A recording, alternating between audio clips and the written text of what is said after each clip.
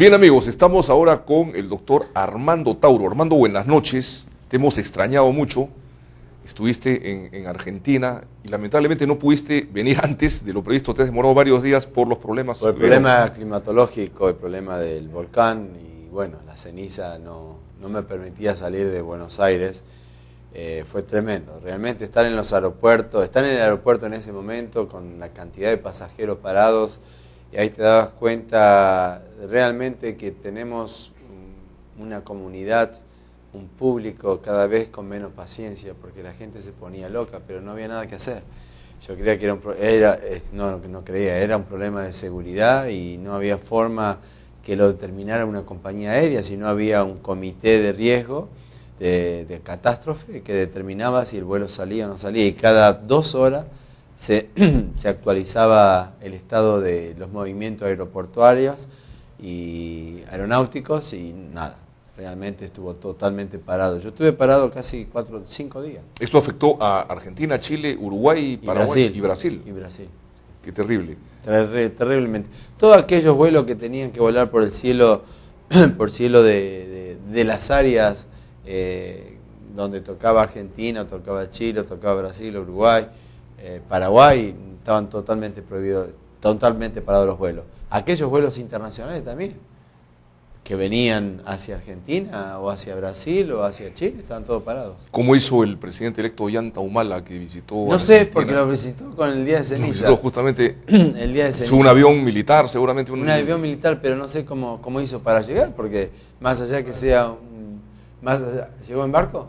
No, la verdad que no sé eso cómo llegó, pero aeronáuticamente no podía, con aviones no podía llegar. No había ningún vuelo que estaba permitido. Armando, bueno, y entrando ya en materia, ¿cómo se ha percibido en la Argentina el triunfo de Ollanta Humala? ¿Cómo los ven? Mira, en los primeros días hubo realmente una convulsión bastante importante, porque acá bajo la bolsa había un pánico generado.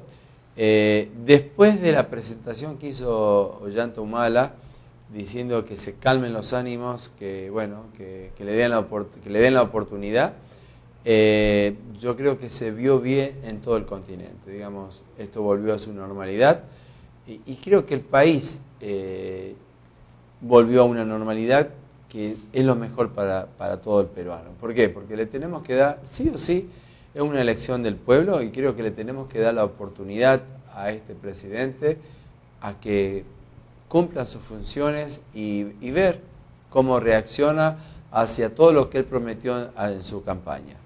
Sería una lástima realmente que el país se pare por un supuesto o una supuesta duda, ¿no?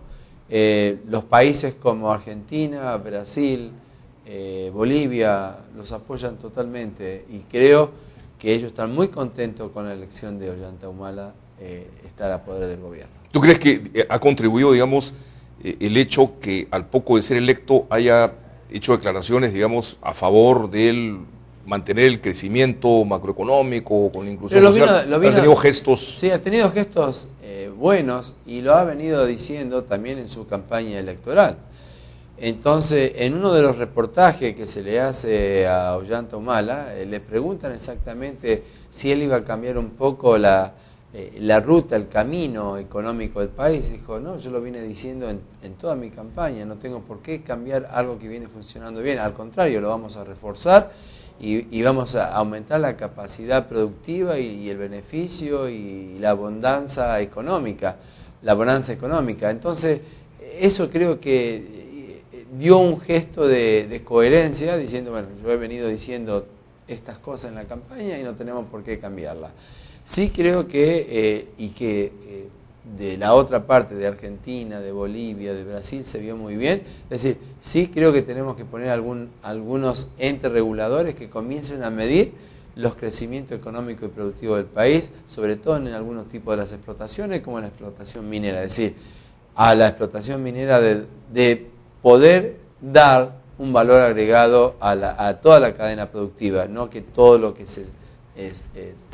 todo lo que se extrae de las minas se vayan a un país de origen y toda la transformación productiva y económica se realice fuera de este país. creo que en eso él va a poner, va a poner una regulación donde también se pueda permitir el crecimiento de la minería en áreas protegidas, digamos, en áreas que determinen dónde se tiene que desarrollar o se puedan equiparar, que no afecte al medio ambiente, porque tenemos que pensar que la minería es una producción donde a un determinado tiempo va a terminar ese tipo de producción y vamos a quedar con áreas totalmente despojadas, totalmente despejadas. Entonces tenemos que poner el límite dónde se puede producir y dónde podemos realizar extracción minera. ¿Tú consideras que, digamos, es vital, una vez conocidos quiénes son sus principales colaboradores en los puestos claves, para poder garantizar, si se quiere, lo que viene diciendo de palabra en estos días y durante la campaña? Yo creo sí. Yo creo que para darle una cierta tranquilidad, no solamente al pueblo peruano, sino a todas las naciones que trabajan conjuntamente con el Perú. No te olvides que tenemos muchos convenios con muchos países en los TLC, ¿no? Entonces, yo creo que sí ya tendríamos que tener o saber quién serían los personajes que lo van a acompañar, sobre todo en el Ministerio de Economía, en el Ministerio de Justicia, saber quiénes son los actores que lo van a acompañar en esta próxima campaña presidencial, no campaña presidencial, en el próximo gobierno.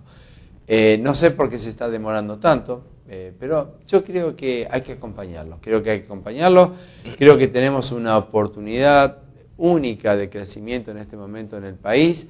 Creo que tenemos que combinar estos crecimientos con los países hermanos, con Colombia, con Ecuador, con Bolivia, alimentar a lo que es la agricultura, trabajar con las grandes industrias para el desarrollo de las pequeñas y medianas empresas, formalizar, profesionalizar, internacionalizar trabajar. Justo recibí un mail del BID en el día de hoy, que se están por terminar el informe, no sé si te acuerdas de la ley de outsourcing, se está por terminar el informe en los próximos 15, 20 días, y ahí viene sí un gran desembolso del BID para el desarrollo de pequeños proveedores para outsourcing a los Estados Unidos. Digamos, tenemos posibilidad de crecimiento. Lo que tenemos que hacer es tener en claro cuáles son las reglas del juego que tenemos que vamos a estar aplicando, cómo vamos a profesionalizar a los pequeños y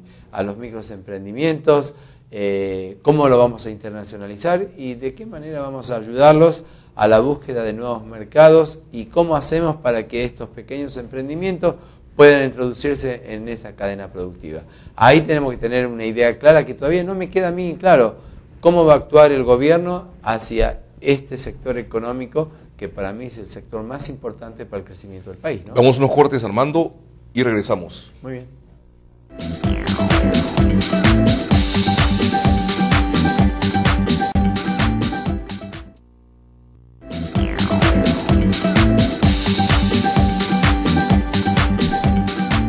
Bien, amigos, estamos con el doctor Armando Tauro conversando sobre pymes. Dicho sea de paso, si no me equivoco, a partir del 16 de junio entra en vigencia la ley de factoring. La ley de factoring. Pero vos fijate qué diferencia hay con algunos países en lo que es la revolución pymes. Y no pongamos Argentina o no pongamos Brasil, pongamos Colombia, pongamos Ecuador, pongamos Costa Rica. ¿Qué hace el gobierno? El gobierno fomenta la innovación tecnológica. Fomenta la internacionalización de estas, la formalización de estas. ¿Y qué hace? Hace que para que una pyme pueda ser proveedor del Estado, tiene que estar sí o sí bajo estándar de calidad. Entonces, de esa manera las obliga al conjunto de empresas a conformarse, a profesionalizarse, a estandarizarse, a asociarse, para que puedan de alguna manera dar el primer paso, es decir, vender al propio gobierno sus propios productos. En Colombia, el factory es una herramienta común para ayudar al crecimiento de las pymes. Digamos, hay muchas empresas privadas, y no netamente que sean bancos, sino financieras privadas, que ya están trabajando hace casi 2 años con el factoring. Es decir, tener una orden de trabajo, una carta de servicio, poder presentar eso como garantía y que el banco le dé el dinero para que ellos tengan capital de trabajo. Son herramientas vitales que son necesarias para que las pymes puedan de alguna manera comenzar a fortalecerse. Ojo, que las pymes hoy no tienen en Perú no tienen ningún apoyo financiero real para que ellos puedan tener capital de trabajo. Hoy, que una pyme, un microemprendimiento, vaya a una entidad financiera y le pida un crédito de capital de trabajo, realmente le cuesta muchísimo, imposible acceder a eso, y las garantías que le piden son tremendas, que no las tienen. Entonces, lo que sí, con esta ley de factoring, si yo tengo una orden de trabajo de una determinada empresa, poder ir con esa orden de trabajo, orden de servicio, a un banco y decir, señores, yo tengo una orden de trabajo por $10.000.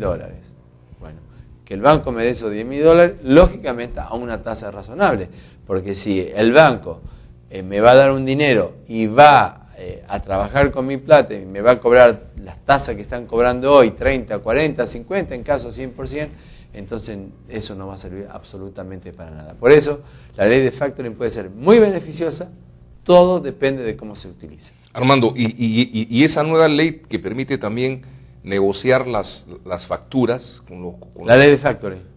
La ley de factoring, ¿eso está dentro de lo que es la ley de factoring? Sí, eso está dentro de lo que es la ley de factoring. O sea, ya acá las facturas propiamente dichas se convierten en dinero. En dinero, son como una letra, un instrumento de cambio. Es un instrumento de cambio, de la cual es un instrumento legal, lógicamente que esa factura tiene que estar, tiene que desarrollar una aprobación, es decir, que venga de una entidad responsable, saber que el banco va a cobrar ese dinero, porque el único responsable, la única garantía que tiene, porque la pyme no es la responsable de esa letra de cambio o esa factura, sino quien emitió esa factura. Entonces el banco o la entidad financiera lo que va a hacer, va a respaldarse esa garantía, ¿no? Es decir, va a llegar el tiempo y la voy a cobrar. Pero lo importante es de saber cuáles son las tasas de intereses que está determinada en la ley de factoring que le va a cobrar un banco, ¿no? Pero bueno, eso vamos a ver cómo funciona. Pero es una herramienta legal y una herramienta realmente beneficiosa para los pequeños emprendimientos, porque la pequeña empresa se hace de un flujo de capital y un capital de trabajo de inmediato.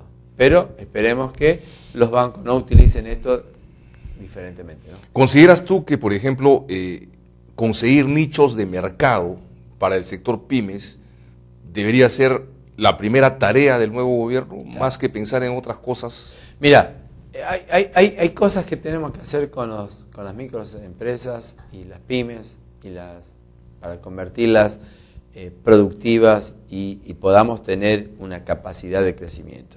Tenemos que crear las líneas productivas y tenemos que empezar por lo interno, es decir, utilizar las grandes empresas, toda su capacidad de sobrecarga productiva para que estas grandes empresas comiencen a usar a los microemprendimientos e introducirlos en la cadena productiva y sean proveedores de proveedores. Para eso, las grandes empresas lo que tienen que hacer es poder desarrollar capacitación y conocimiento a estos pequeños emprendimientos para que ellos puedan producir con determinada calidad, determinados procesos sobre los requerimientos que tengan estas grandes empresas. Eso es la primera parte, encontrar los nichos de mercado, encontrar el anexo entre las grandes empresas y los microemprendimientos. Porque hoy los microemprendimientos no tienen ninguna capacidad y ninguna posibilidad de poder alimentar a las grandes empresas, que son las que tienen hoy la capacidad de dar trabajo. Segundo, que el Estado sea un articulador real entre los microemprendimientos y las entidades financieras. Crear una línea de crédito accesibles a esto.